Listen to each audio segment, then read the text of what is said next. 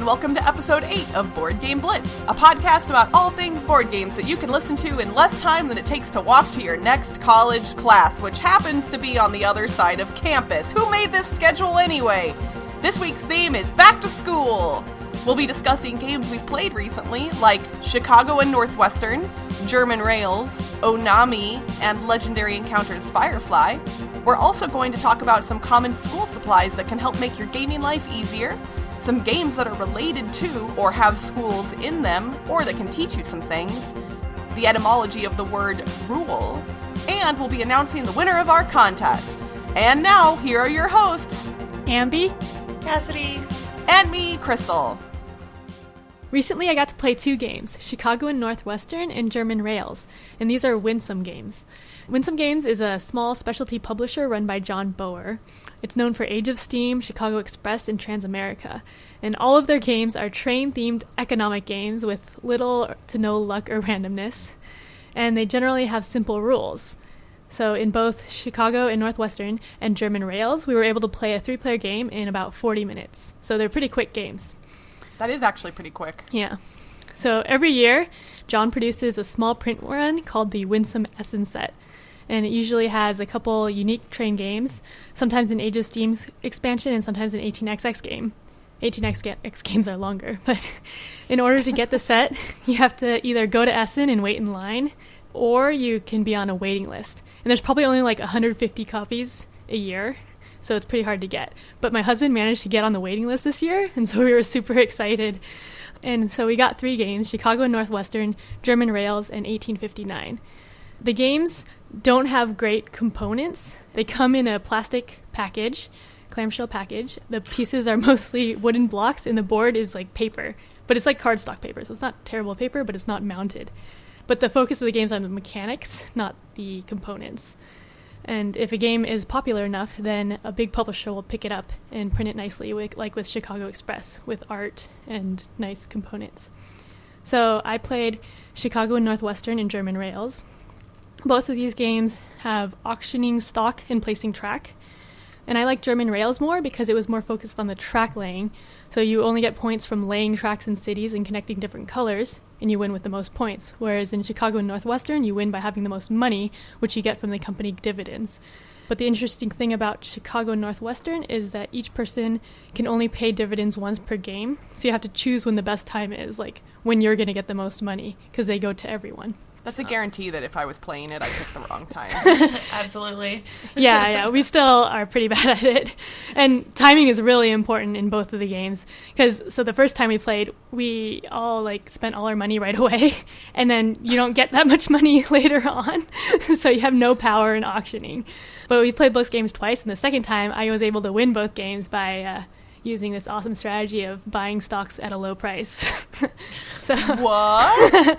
I'm looking forward to playing both more. So, yeah. And I'm also excited to try out 1859 because it's different than other 18XXs because the tokens don't block the routes. Usually placing a token blocks other companies from going through it. And I like the route laying part.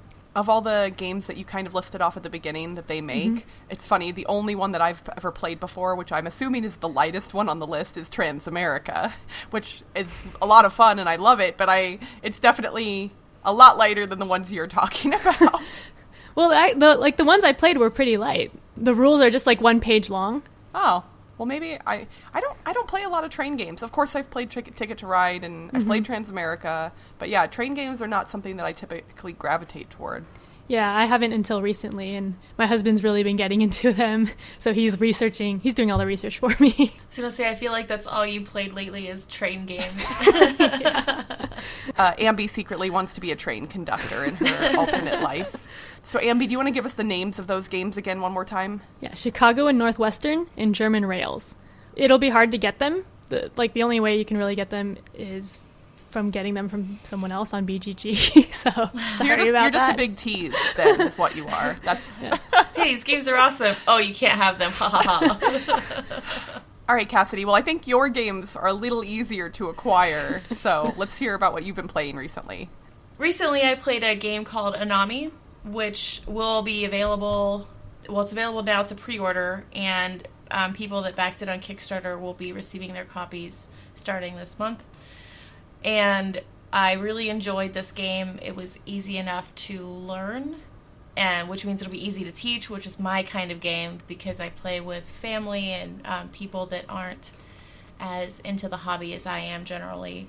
So in Onami, everybody's drawing a hand of 5 cards. You have a 5x5 grid that you're playing on, and the play area reminds me a lot of Tsuro. So you have your little square cards that have a number on each side instead of a path on each side like Tsuro does. And you're placing that anywhere you want on the 5x5 grid. Where you place it depends on how many other tiles you'll get to take control of. So if you're placing a tile and it has a 5 on one side, and the tile you're placing next to has a 3 facing that 5, you get to take over the square you placed and the next 2 squares in a straight line. Because it's 5 minus 3, because math is fun. So if other people are controlling those, you take their token and change it into yours. And the tokens in this game are actually 6-sided die. So... Wait, hold on, Cassadi. I know. You hate dice. You hate dice so much. But this isn't die, it's not rolling. I'm not rolling them. They just have my token on it. So when I take somebody else's spot, I just change it to my token. They have literally no effect on the game whatsoever. That's interesting that they're incorporating dice, but in a non-dicey way. Yeah, and I like that because that means the game has fewer components, because it could be a 6-player game, and all you need is the dice to do it. You don't need, 12 components, 12 different tokens for each person, so it's a lot fewer components, which is nice. Easy to clean up.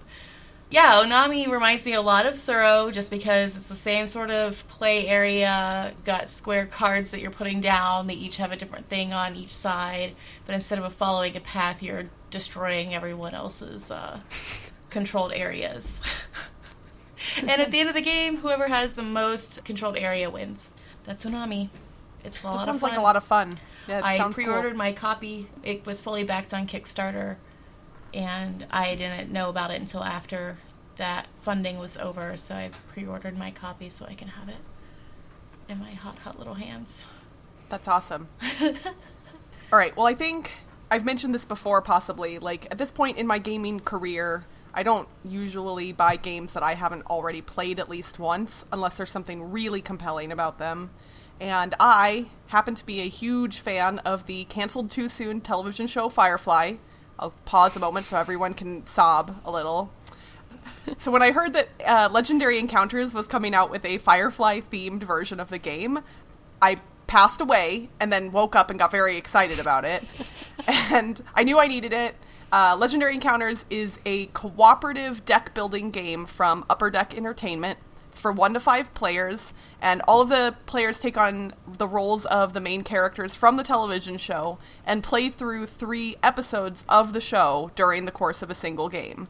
All of the show's episodes have their own deck, and if you're a Firefly fan, you will find that they are very well crafted to emulate the plots of each of those episodes, like in ways that I was very pleasantly surprised by. During my first playthrough, my eyes were lighting up, literally, with every card we flipped over. And we actually did really poorly, and we ended up losing the game during the second episode of the 3. But the rulebook has multiple ways to make the game easier or more difficult. So you can modify the difficulty level based on your group, which we might make it a little easier next time.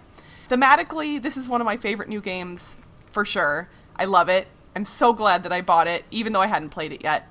But there's a couple issues that take this from being my perfect new game to being just an awesome new game.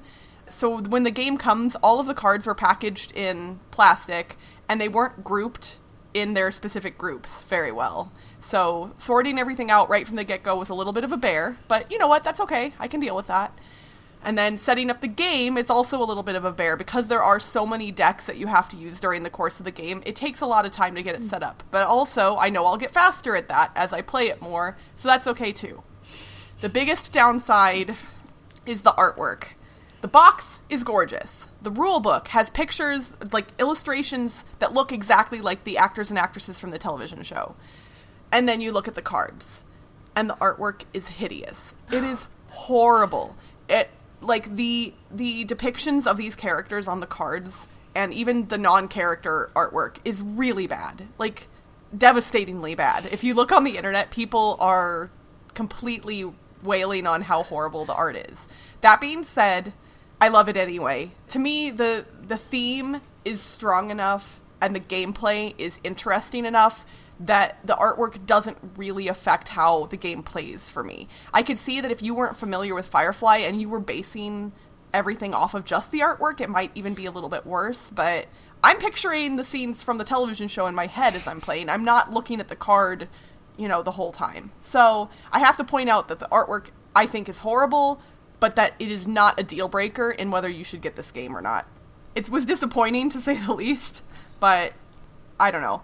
I would recommend this game for anybody who's a fan of Firefly or deck building games, and if you are a fan of both of those things, you should 100% get this game.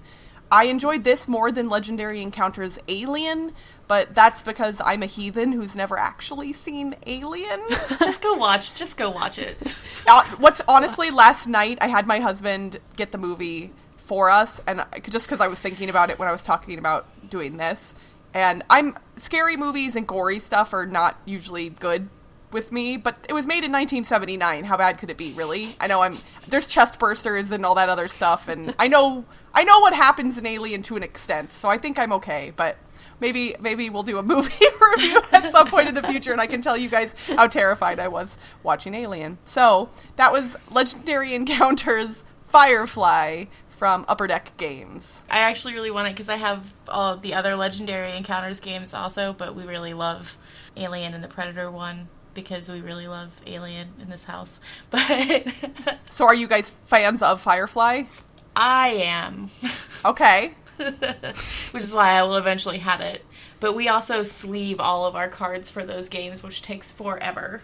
And honestly, even though I am not a sleever, that's smart for this game because the backs of the cards are all dark. And so literally in my first playthrough, stuff was already getting those little white nicks on the sides, which I'm OCD about some things, but that doesn't bother me as much. But even I might consider sleeving this one.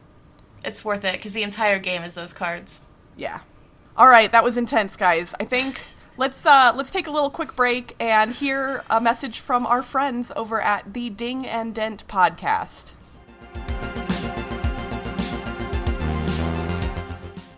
Hi, I'm Raf Cordero. I'm Charlie Thiel, and we're Ding and Dent. It's a board gaming podcast where we take games way more seriously than we take each other. Every other week, we talk about what we've been playing, and we have a special feature. We talk about all kinds of gaming things, from how the process of playtesting works to wombat poop. From the rise of big, expensive premium games to the fillers you'll never think about again. Along the way, we do in-depth reviews and analysis on some of the biggest games. And we're occasionally joined by designers like Rob Davio, Jamie Stegmaier, and more. We have a lot of fun doing this and hope you guys come join us. Ding and Dent is about an hour long and comes out every other Thursday. You can find us on iTunes, Google, SoundCloud, or anywhere you catch podcasts. I told you not to make Pokemon jokes anymore, Ref. We're going to be the very best, Charlie.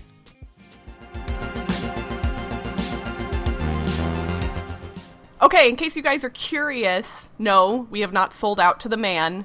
That message you just heard was from our friends over at the Ding and Dent podcast, as they said, and they are another small-time, kind of new-ish podcast. They've been around for about a year now, but they are friends of ours, and they're actually helping support us as well. We recorded a commercial, which, trust me, you'll want to hear. So you're going to want to go over to the Ding and Dent podcast and listen to their most recent episodes, and you might hear a little promo for us, but please go check them out, show them some love, subscribe if it's something that you're interested in. Raph and Charlie are awesome dudes, and they talk about a lot of cool stuff on their podcast. All right, so since this week's theme is back to school, we wanted to talk about a gaming accessory that is school-related, and what better thing to talk about than school supplies? There are so many different school supplies that can help enhance or improve your gaming experience. I'm not going to lie, I really love school supplies. I go back to school shopping every summer even though I'm not in school. Yes. I love when Staples has sales. We're such nerds. All right, so what are some school supplies that you guys would recommend to people? Like, okay, right now, there's probably some sales at your local Walmart or your Staples or Office Max / Office Depot. Which name do they keep? I don't know. But, like, what could people go out and buy that they wouldn't think about necessarily for helping with board games?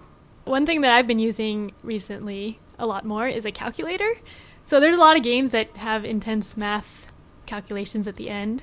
It's all those train games you keep playing. Yeah, but there's also other games like Power Grid or Seven Power Wonders. Grid's sort of a train game too.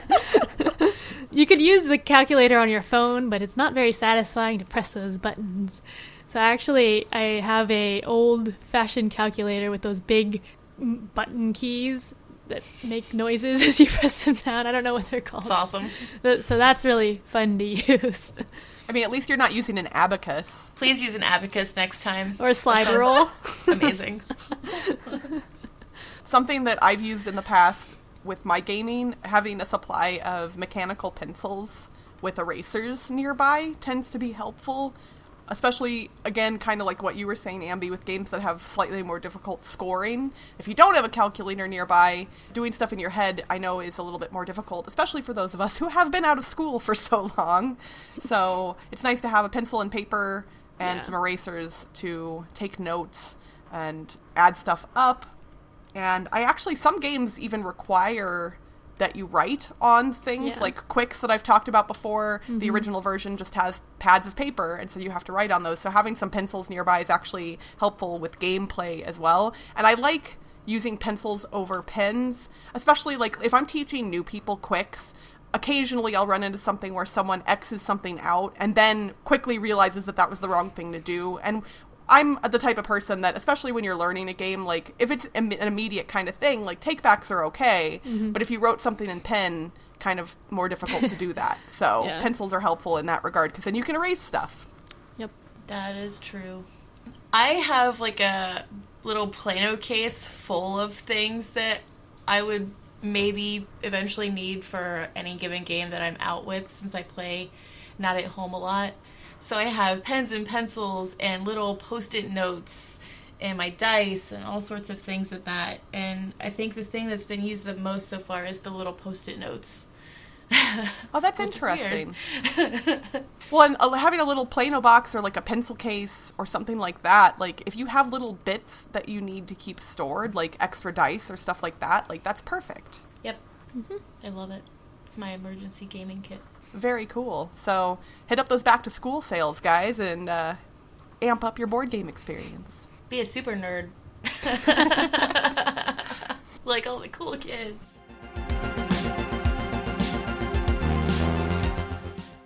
Going along with our back to school theme, we wanted to discuss some games that either have a school as part of the game as their primary setting, or that can help teach kids and adults alike some cool skills. So I'll start. I am going to talk about Scrabble as my school game because I played it a lot at a younger age when I was just learning to spell. And it was one of the best learning tools I think I had available to me, other than just all of the constant reading that I did. So I love Scrabble. We still play Scrabble at least once or twice a month in the house just because we're both word nerds.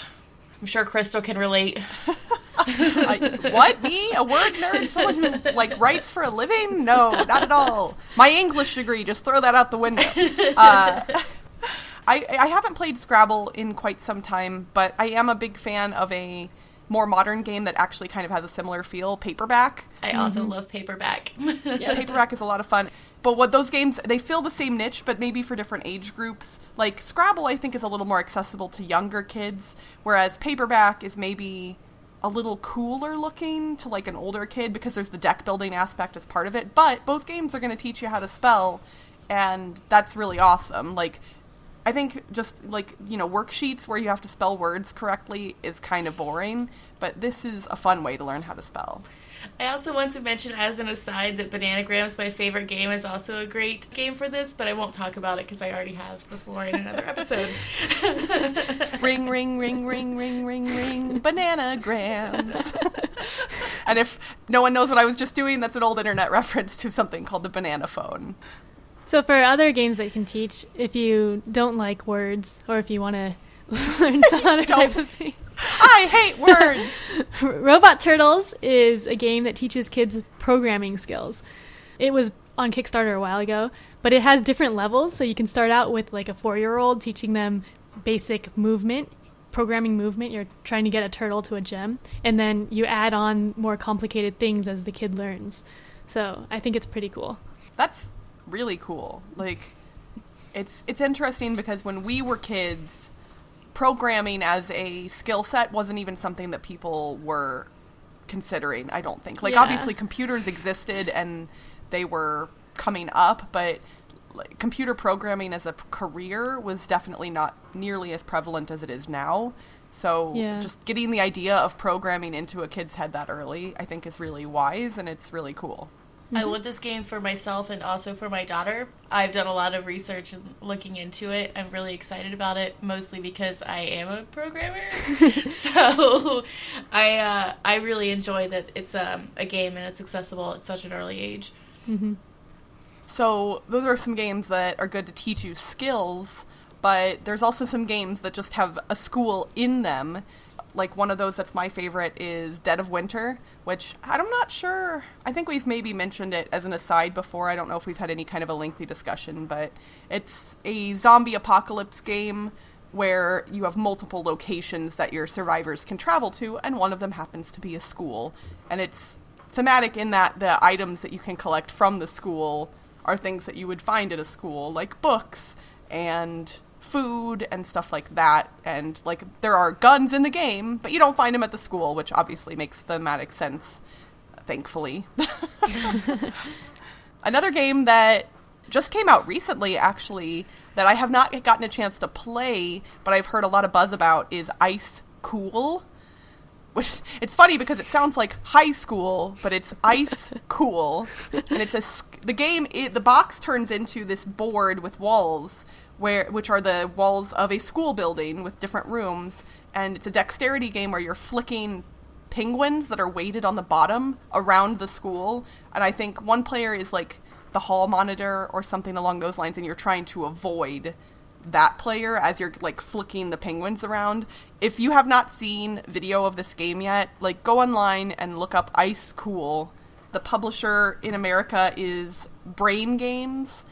If it hasn't been released yet, I'm sure it's going to be very soon, because it was been talked about at Origins and Gen Con and all the other big conventions over the past few months, so I know it's coming out soon if it isn't released already. And I like dexterity games, and this one looks like a ton of fun for both adults and kids. Yeah, I really want to try that out. It looks so fun. The artwork looks really cute too. I'm a sucker for penguins, so...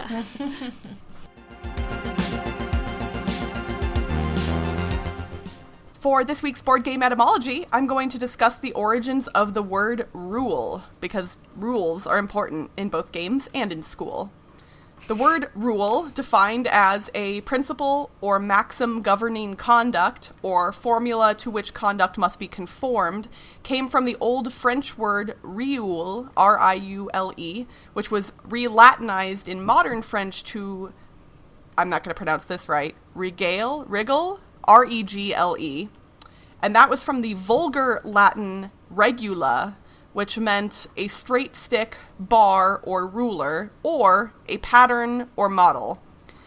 All of those words were also related to the word rigueur, which meant to rule, straighten, or guide. The more modern definition of regulation governing play of a game originated in the 1690s, and that's also when the phrase rule of thumb came to be. So next time someone tries to be a rule lawyer in your group to some extreme degree, just throw this definition at them, for fun or to distract them and to cool everybody off. And now, the moment you've all been waiting for. It's time to announce the winner of our Codenames Pictures contest. I feel like we should be saying, yay, right here.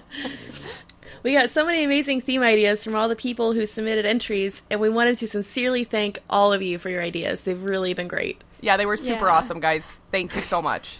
Yeah, and they were really detailed, too. It's exciting. And we might even be posting a thread in our guild with a few of our favorites. Ooh, that's a good idea. Maybe you guys can vote on what you like, too. Yeah, we could totally have them vote on a future theme. Like, maybe let our listeners pick one of our upcoming themes. But you guys better pick something good. Give the people what they want. Only if we like it. Drum roll, please. Our randomly selected winner is Heather G. Yay!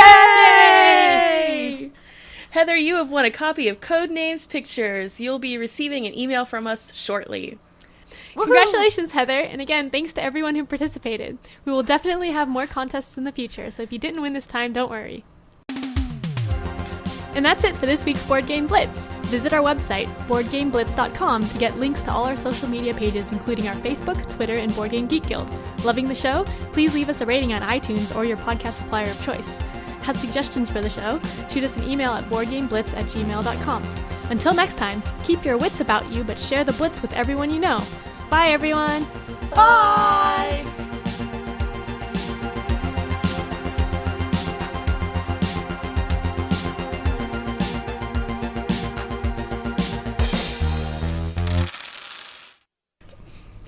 Recently, I got to play a couple games. Chicago Northwestern and German Rails. Okay. Going along with our back-to-school theme, where we wanted to... starting over. Yay, reading.